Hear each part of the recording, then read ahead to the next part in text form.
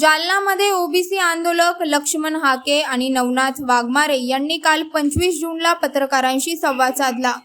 यावेळी बोलताना लक्ष्मण हाके आणि नवनाथ वाघमारे यांनी मनोज जरांगेंवर जोरदार टीका केली। जरांगे स्क्रू ढिल्ले झाल्यासारखे करतात असं नवनाथ वाघमारे यावेळी बोलताना म्हणाले। तलवारीनं युद्ध केले, जरांगे थोडे त्यांचे स्क्रू ढिलेसारखे झाल्यासारखे करायला लागले, कारण की कुठंतरी उठसूट भुजबळांना एकरी भाषेत बोलणार। बापाच्या वयाचा माणूस आपण, आज ही महाराष्ट्राची फुलेशाह आंबेडकरांचा महाराष्ट्र आहे आणि आपण काय बोललं पाहिजे, आपल्या वडिलांच्या वयांच्या माणसाला तरी मान सन्मान दिला पाहिजे। ठीक आहे, प्रत्येकाने एकमेकावर टीका करण्याचा सर्वांना अधिकार आहे, परंतु टीका करताना आपण काय भाषा वापरावी हे महत्त्वाचा विषय असतो। आणि भुजबळ हे आजपर्यंत कुणालाही तलवारीची भाषा, मी तुझ्या गावात तलवारी घेऊन, अशी भाषा कधी वापरली आहे की जरांगेनंच ह्या गोष्टीचा हाणामारी, तोडाफोडी, जाळपोळ ह्या सगळ्या गोष्टीचा अनुभव आणि नाद हे फक्त जरांगेनं आहे। राज्याच्या मराठा समाजाची बैठक घेऊन 288 जागा लढवायच्या की पाडायच्या असं जरांगे पाटील म्हणाले। लोकशाहीमध्ये सर्वांना अधिकार दिलेले आहेत। लोकशाही मार्गाने आंदोलन करण्याचा अधिकार दिलाय, लोकशाही मार्गाने पक्ष स्थापन करण्याचा अधिकार दिलाय, लोकशाही मार्गाने निवडणुका लढण्याचा अधिकार दिलाय, लोकशाही मार्गाने सत्ता ताब्यात घेण्याचा अधिकार दिलाय आणि लोकशाही मार्गाने इथल्या जनतेचं हक्क, अधिकार आणि सामाजिक न्याय या गोष्टी देण्याचा अधिकार दिलाय। त्यामुळे त्यांना सदिच्छा आहे। वडीगोद्रीच्या सभेमध्ये हातामध्ये पेपर घेऊन छगन भुजबळ साहेब शेरशाहीच्या माध्यमातून भाषण केलं, त्याचीच नकल आज मनोज जरांगे पाटलांनी केली हातात। कसं बघ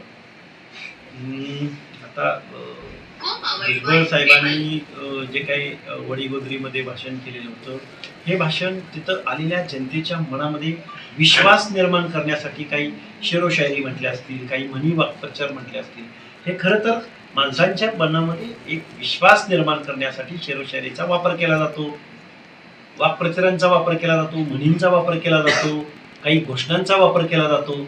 याचा अर्थ असा नव्हे की त्याच्यामधून काहीतरी कायदेच राज्य आहे, तर सगळ्या लोकांना कायदा सुव्यवस्था माहिती आहे, त्यामुळे असं काहीतरी करणं म्हणजे थोडंसं बालिशपणाची लक्षण आहे, बाकी काही करू नका।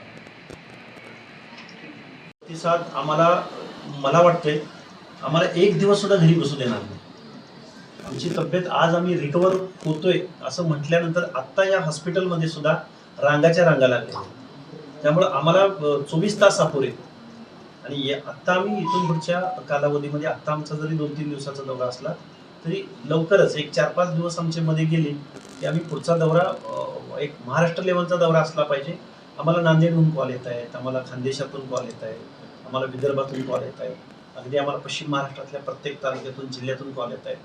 त्यामुळे आम्ही हे नियोजन, महाराष्ट्र, खरा महाराष्ट्र काय आहे आणि आजपर्यंतचा महाराष्ट्र काय आहे, या दोन्ही महाराष्ट्रामधला फरक आमच्या या दौऱ्याच्या निमित्तानं आणि या सर्व संवाद मेळाव्यातून, अभिवादन मेळाव्यातून आम्ही या महाराष्ट्राला दाखवून देऊ असं त्यांनी इशारा दिलाय।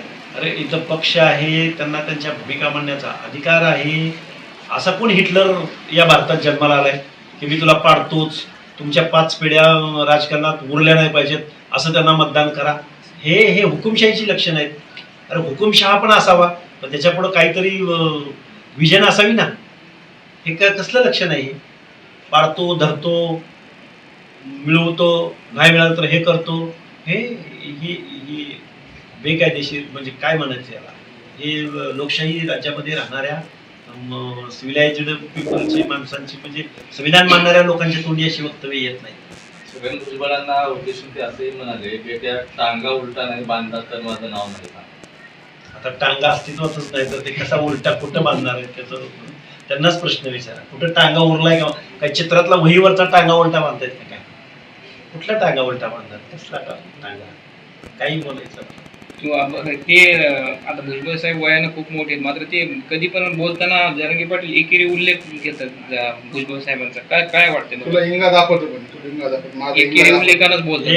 ही हुकुमशाही, हे बघा, जनता इथं भल्या भल्यांचा माज उतरवते, असा एकेरी बोलणाऱ्यांचा या महाराष्ट्राची एक संस्कृती आहे। या महाराष्ट्रामध्ये कोण कुठले विरोधी पक्ष असले, नेते असले तरी एकमेकाला रिस्पेक्ट देणारी ही महाराष्ट्राची संस्कृती आहे।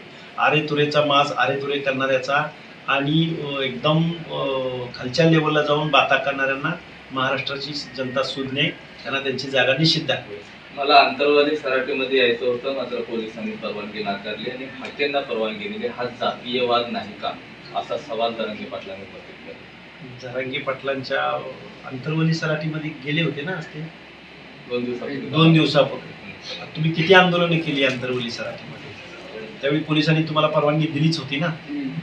त्यामुळं असं तुम्ही लोकशाही मार्गाने काही गोष्टी करत असाल तर परवानगी मिळतच असते.